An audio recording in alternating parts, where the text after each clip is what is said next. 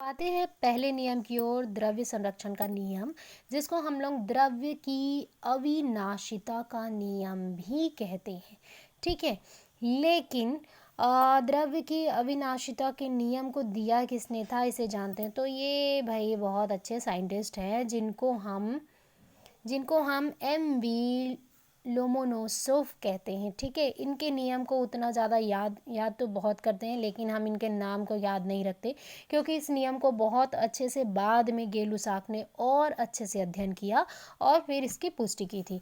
तो इस साइंटिस्ट को साइंस से बहुत प्यार था भाई, बहुत ही ज़्यादा केमिस्ट्री से प्यार था। तो इन्होंने एक नियम दे दिया 1756 में इन्होंने एक नियम दिया, जिसके अनुसार इनके अनुसार ये कहना था कि कोई भी द्रव्य मतलब पदार्थ, याद रखना, कोई भी पदार्थ होता है वो अविनाशी होता है। अविनाशी मतलब कि जिसको हम लोग नष्ट नहीं कर सकते। कोई भी पदार्थ को ना तो हम बना सकते हैं, ना ही हम उसे नष्ट कर सकते हैं, केवल उसका क्या कर सकते हैं, रूप में परिवर्तन कर सकते हैं। अब कैसे कर सकते हैं ये जानिए भाई। जैसे मान के चलिए कि आपके पास कार्बन है। ठीक है। कार्बन हम बोल सकते हैं, कोयला, लकड़ी, है ना, इनमें कार्बन है। तो हम क्या कर रहे हैं, अगर इसे जलाऊं, लकड़ी को मैं जलाऊं, लकड़ी के टुकड़े को, तो फिर इसमें से कार्बन क्या हो जाएगा, बाहर निकल जाएगा। पर ये कार्बन जितने मात्रा में लकड़ी में कार्बन था, उतने ही मात्रा में लकड़ी से कार्बन ऊष्मा के रूप में कहाँ चला गया, वातावरण में चला गया, वायुमंडल में। और वायुमंडल में कार्बन उतने ही मात्रा में विद्यमान है ऊष्मा के रूप में। यही कार्बन बाद में धीरे से फिर से पौधों में प्रकाश संश्लेषण की क्रिया के द्वारा इस फिर से क्या होगा, संग्रहित होते जाएगा।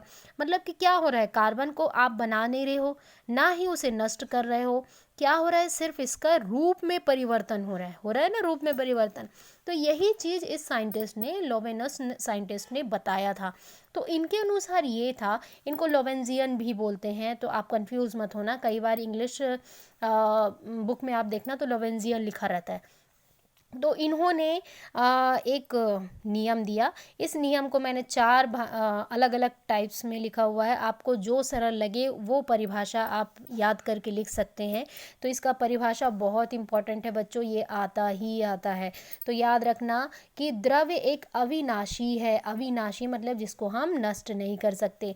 अर्थात रासायनिक अभिक्रिया में कोई भी पदार्थ या द्रव्य ना तो उत्पन्न हो सकता है और ना ही नष्ट कर सकते हैं, पहला परिभाषा। दूसरा परिभाषा बहुत ही आसान है। रासायनिक अभिक्रियाओं में पदार्थ का कुल द्रव्यमान अपरिवर्तित रहता है। मतलब कि क्या होता है, उसके जो द्रव्यमान, जो भार होते हैं, अब मैंने बताया ना, लकड़ी में जो कार्बन का मात्रा है, मात्रा मतलब उसकी भार, मान लो कि उसमें है 2 ग्राम। ठीक है। एक लकड़ी के टुकड़े में 2 ग्राम कार्बन आपको मिल रहा है। वही 2 ग्राम ऊष्मा के रूप में चला गया, जिसको हम 2 मोल का नाम दे दिए। अब 2 मोल ऊष्मा बन गई, वो वायुमंडल में है। अब यही 2 मोल ऊष्मा क्या होगा कि प्रकाश संश्लेषण की क्रिया द्वारा फिर पुनः पौधों में संग्रहित हो जाएंगे। तो ये चीज़ हो रहा है कि रासायनिक अभिक्रिया में जो पदार्थ होते हैं उनका जो कुल द्रव्यमान होता है वो अपरिवर्तित रहता है। मतलब उसको परिवर्तन नहीं कर सकते। ठीक है। तो अगला परिभाषा, या तो आप ये लिखो या तो ये लिखो, या तो ये लिख सकते हो। अगला परिभाषा ये है कि सभी भौतिक एवं रासायनिक परिवर्तन में भाग लेने वाले पदार्थों का कुल द्रव्यमान परिवर्तन के पश्चात बने पदार्थ के कुल द्रव्यमान के बराबर होता है। अब इसको समझना बहुत ईजी है भाई।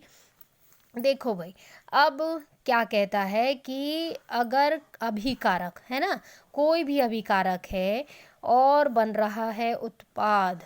ठीक है। कोई भी अभिकारक है और उत्पाद का निर्माण हो रहा है, तो ये हो गया अभिकारक जो क्रिया कर रहे हैं, और ये हो गया उत्पाद जो कि बना हुआ पदार्थ है।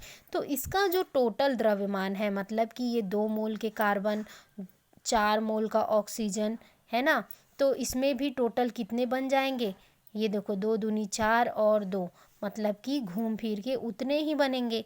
तो 4 मोल का ऑक्सीजन टोटल कितना 6 हो रहा है, तो इसमें भी कितने बन रहे हैं 6 मोल के ही बनेंगे।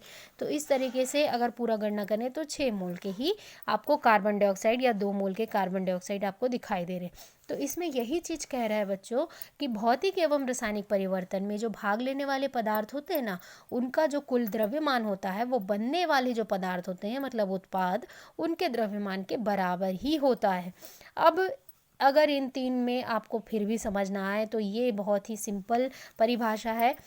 द्रव्य को ना तो बनाया जा सकता है बच्चों और ना ही नष्ट किया जा सकता है, केवल उसके रूप में परिवर्तन होता है। जैसे कि मैंने अभी यहाँ पे बताया, चाहो तो आप इसमें बर्फ़ का भी उदाहरण ले सकते हो। बर्फ़ का उदाहरण जैसे कि आप आइस का कोई क्यूब लेते हो, ठीक है, जब इसको आप ताप देते हो तो ये जल में परिवर्तन कर लिया और ताप बढ़ाते जाओ तो ये वाष्प बन गया, है ना।